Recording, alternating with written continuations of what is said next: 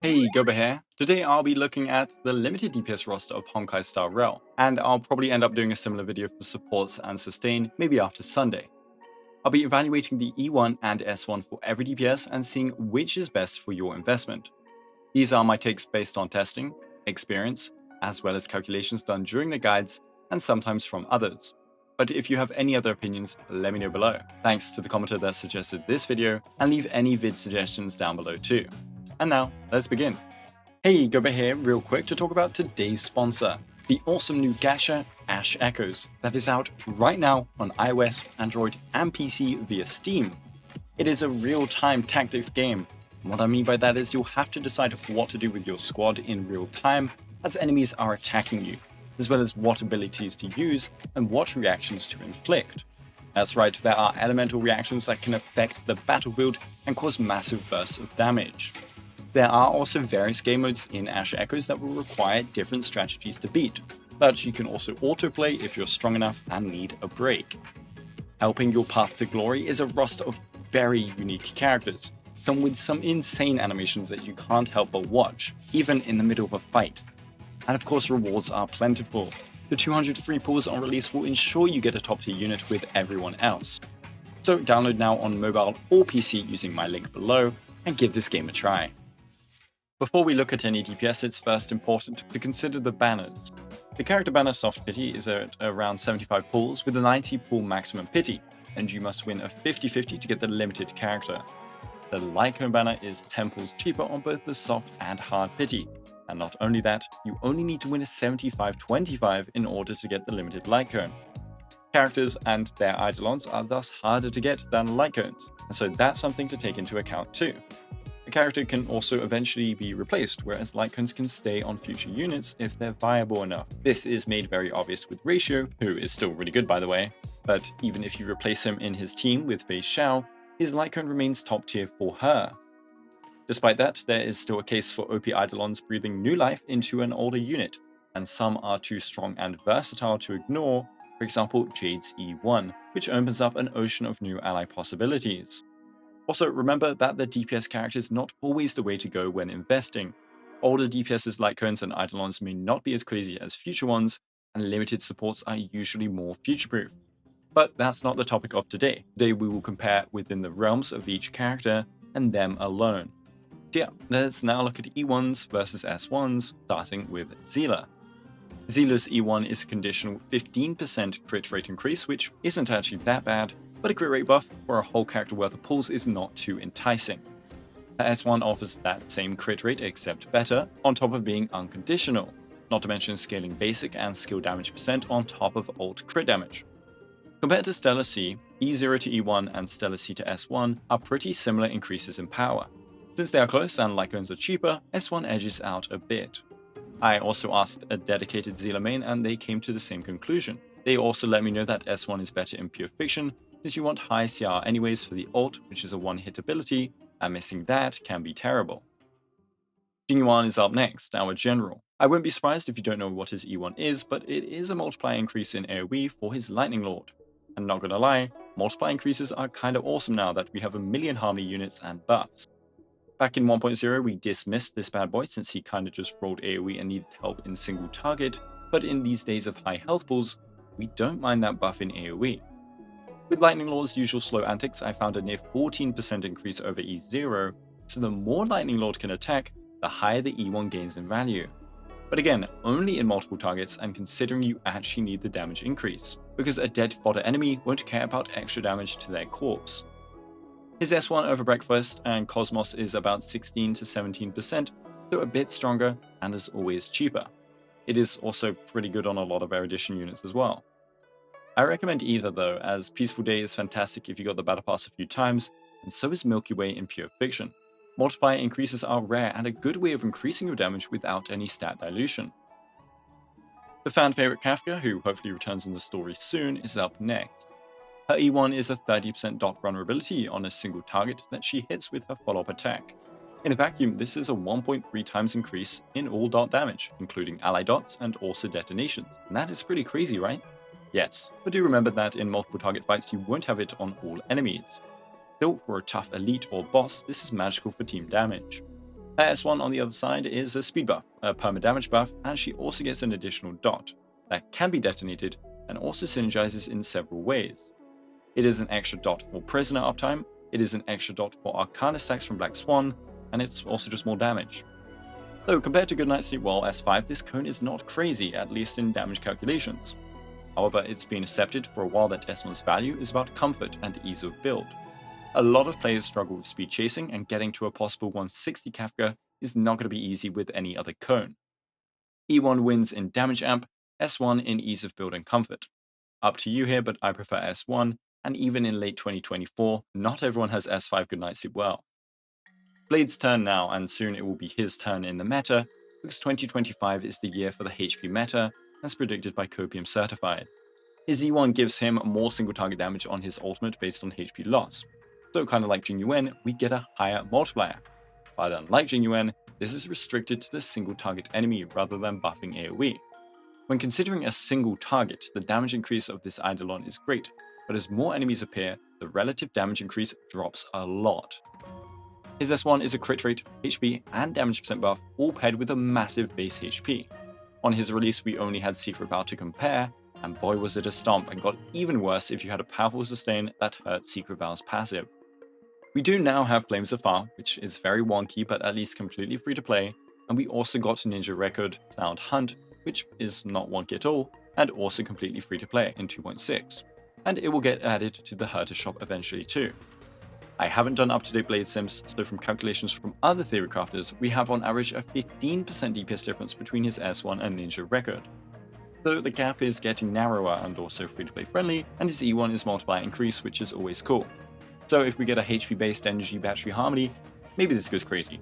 But right now, his S1 is still much stronger in damage amp, as fully single target fights are rare.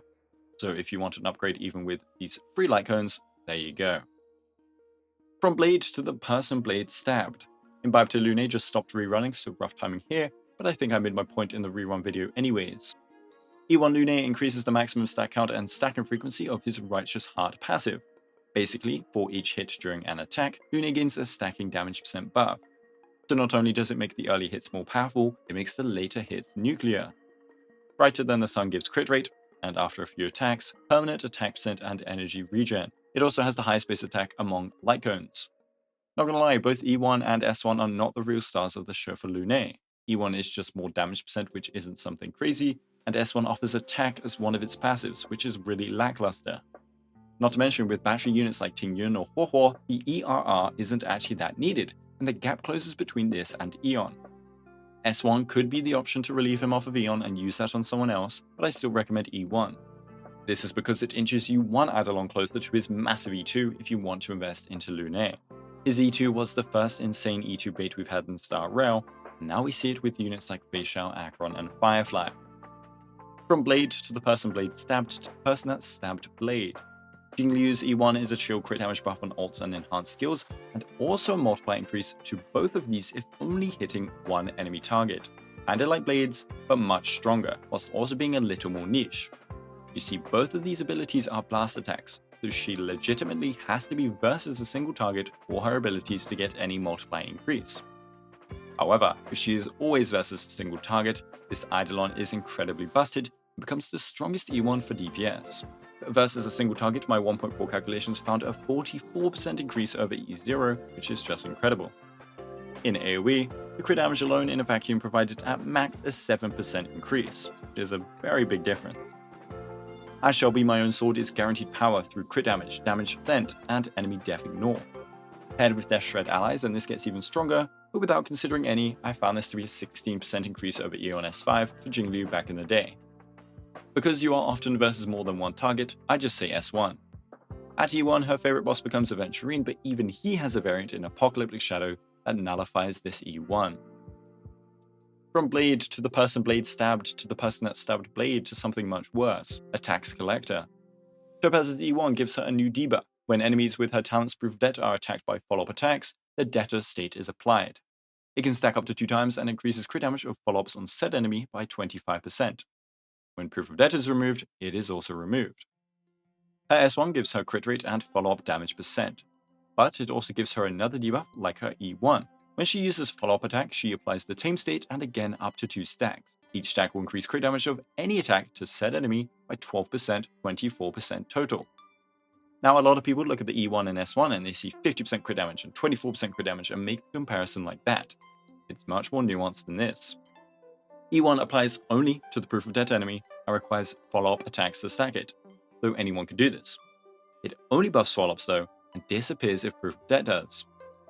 S1 applies to anyone the wearer attacks with follow-ups, so any attack on Topaz, but it also means only the wearer can stack it. It doesn't require proof of death though, and the buffs apply to all attacks. Both options are really strong, and in an ideal Topaz world she gets both E1 and S1, but I've always recommended S1 first. It offers a bunch of damage increase to the wearer, it's cheaper, it's top tier on Morza and March Hunt, and viable on a bunch of other units, and it's more versatile than E1.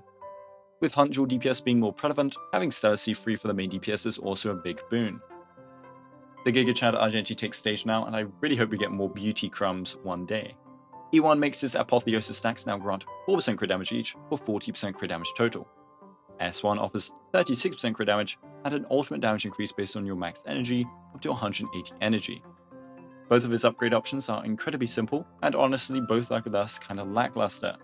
His E1 is the best option if you have S5 Peaceful Day from the Battle Pass, but even Milky Way is pretty close too, since he is pretty much a pure fiction only unit. Since his E1 is just crit damage though, I wouldn't be surprised if you just ignored both of these options and focused on supports.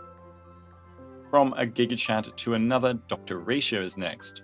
Now I don't know when he will ever rerun, but I assume he will eventually since they never said anything about him being a one-time banner. His E1 increases his Summation Trace stacks by 4 whilst also giving him 4 at the start of the battle. Summation is a permanent increase to crit rate and crit damage up to 6 stacks, or 15 crit rate and 30 crit damage. Buffing this up to 10 stacks makes it 25 crit rate and 50 crit damage. As for his Lycone, we get crit damage, more crit damage versus debuffed enemies, and after ults we get damage percent and def ignore on follow-up attacks. This cone is very overloaded in power and is the best for nearly every follow-up DPS when considering their personal damage. Of course, for sub DPS, Topaz's Lycone is nicer, but even on Feixiao it's nearly as strong as her signature. So for Ratio, I would prioritize his signature as it's slightly stronger than his E1, whilst as always being cheaper, and it lets Stellar C go to someone else. It is also, as said earlier, very strong on follow-up Hunt DPS. Black Swan marks the start of 2.x units, and so we got a lot of beast units coming up. Her E1 applies a 25% res reduction to enemies with the 4 dot types. It will reduce the resistance of the respective dot's elemental type provided it is applied, as she does this automatically. So that's a 1.25 times multiplicative buff to all damage on that element, which is just crazy, and it's one of the strongest E1s in Team Damage Amp. It makes dots go nuclear but still works for non-dot compositions, which opens up her team flexibility a bit. Though since she doesn't provide much amp elsewhere, she won't be replacing a Jiao Cho. S1 is an EHR stat stick on top of attack and dot def ignore. Whilst really strong for her damage, there's no doubt already that E1 is just much stronger as it buffs her own damage on top of teammates by a whole ton. Not to mention that she can use Jiao Cho's Lycone anyway, which is more universal than her own, whilst being on par or slightly stronger than her own signature. As Acheron is pretty recent and is also just rerunning, I'm sure people know what to prioritize already. But then again, the choice is really difficult because if you have enough balls, then the delicious E2 is waiting for you too. Her E1 is a simple 18% crit rate buff versus debuffed enemies, so pretty much anyone. Her S1 is a crit damage buff on top of giving Acheron a guaranteed debuff every attack, and then damage percent on all abilities with a little extra juice on the ult. The Lycone gives a lot of damage, but that debuff is key as it allows her to get 2/stream per skill now, as otherwise she has no way of applying debuffs on her turn, barring a few other Lycones. If looking into E1 versus S1 exactly, I choose S1. The damage increase is just too strong, even compared to stuff like Goodnight Seawall S5. If you have some more pulls, maybe E1 since it's the gateway to E2. Harmony units are just kinda overloaded, and we have some E0 teams with harmonies already because of this. E2 would make them even stronger. Not to mention it gives even more /stream, making their lack of debuff generation less of a problem. But then again, it isn't really a problem with Rob and Jiao Cho. Boothill up next. E1 gives him a stack of pocket trickshot upon entering battle on top of some decent def ignore. The damage increase is not all that much, but the extra trick shot can help clear speeds, as it allows him to get to his maximum of 3 in his very first turn, letting his next turn completely explode an enemy. S1 is a powerful break effect stat stick on top of more Def Ignore and even speed. 2 rare stats with his key scaling stat is a pretty monstrous cone. And since break effect cones are rare in general, this cone can be very beneficial to Boothill, and it shows in calculations with its 20% damage gain over Stellar C. However, if you did end up getting shadowed by Night, at S5 I found his signature at only a 10% increase. But then with Def Ignore allies, it gets higher to over 15%. At least it's closer than the rest. We have seen Boothill showcases where he uses weaker light cones and even 3-star ones because Break doesn't need all this crit nonsense, and he works fine without his signature. But S1 is still an upgrade regardless, and his E1 is weaker comparatively, but brings comfort.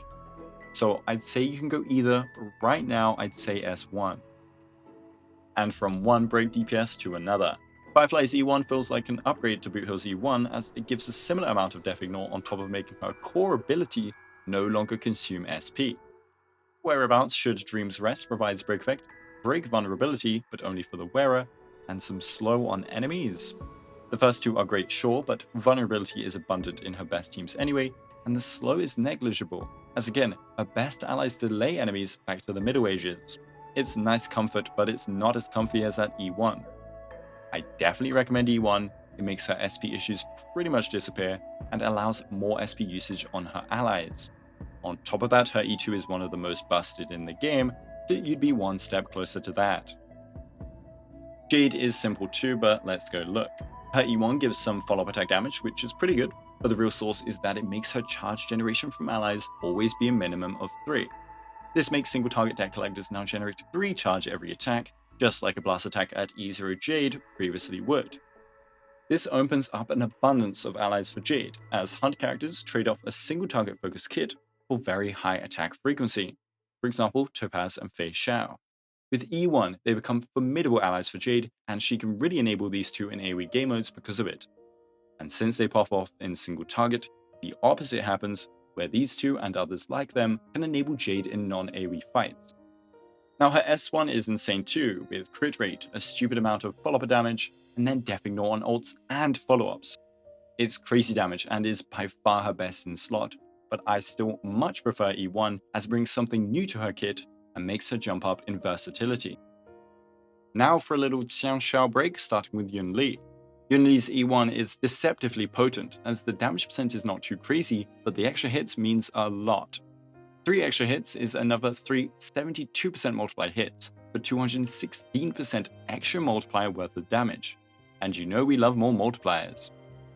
S1 however goes further beyond, and at E1 S1 you'd have a monster for all game modes. Yunli's signature gives her a massive aggro increase, crit damage, and a whopping 72% follow-up damage, one of the highest values yet. The damage increase is nutty sure, but the aggro is crazy. Whilst it's hard to simulate how strong this cone really is, you can just feel the difference, or see it in showcases at least. In AoE fights it's massive, in fights with few hits it's massive, and it ranges from a really strong light cone to the strongest signature yet, depending on the fight and RNG. Definitely go for S1 Yunli if you can. I think it's a game changer for her, even if you ever links, as swapping links to a better sustain further boosts Yunli's teams anyways. Feixiao, Star Rail's latest monster, has a really easy choice. Her E1 provides a stacking original damage buff to her ultimates. If you don't know, original damage multipliers are an undiluted, separate multiplier. After calculating your damage, it's a final extra multiplier on top. Having a buff like this is very rare and strong. Acheron has it in her A4, the Abyss, and it's why her damage can skyrocket. Feixiao's signature gives crit rate and a massive and easily maximized Def Ignore on ultimates, the majority of Feixiao's damage. Whilst it is a crazy amount, it is only that, and the crit rate is not our usual 18%. S1 is a big damage increase, but super niche to just her, and if you picked up ratios, his cone is comparable for Feixiao herself whilst being much more universal. Stellar C is also just a fine alternative for her. Because of all that, and because Feixiao's E2 is broken, and also because E1 is more damage than the S1 anyway, I recommend going for Feixiao E1. Our final DPS is Rappa, who just came out last banner cycle, and I think it was made clear how bonkers her S1 was, as just like Yunli's, it gives her a whole extra mechanic on top of just damage boosting. Anyways, her E1, like Boothill and Firefly, grants Death Ignore. Unlike them though, with this E1 she will regenerate energy upon exiting Seal form. Energy is a bit of a problem, but in pure fiction and with the Thief set it's a non-issue, and with extra toughness it becomes chill too. Her S1 however grants Break Effect, energy at the start of the battle, and gives action advance after 2 basics after an ult. The energy allows for first turn ults and even ults before she takes any action if you set up her team for it, something only units like Jing Yuan can do otherwise. And the advance forward is nutty, giving her an effective 2x speed buff after 2 basics after ulting, and supercharging her turns. More turns in a short amount of time is more breaks and more super break damage. What else could you want? I recommend S1 here. Her S1 is crazy, and her E1 is nice, but not game changing. So I hope this in-depth look at E1s or S1s on the limited DPS roster helped you out, and if it did, let me know with a like and sub. And why not let me know your favorite E1 or S1 too? If you enjoy this, I'll probably end up doing the same for supports and sustains. Thanks to my amazing YouTube members, thank you guys for watching, and have a good day.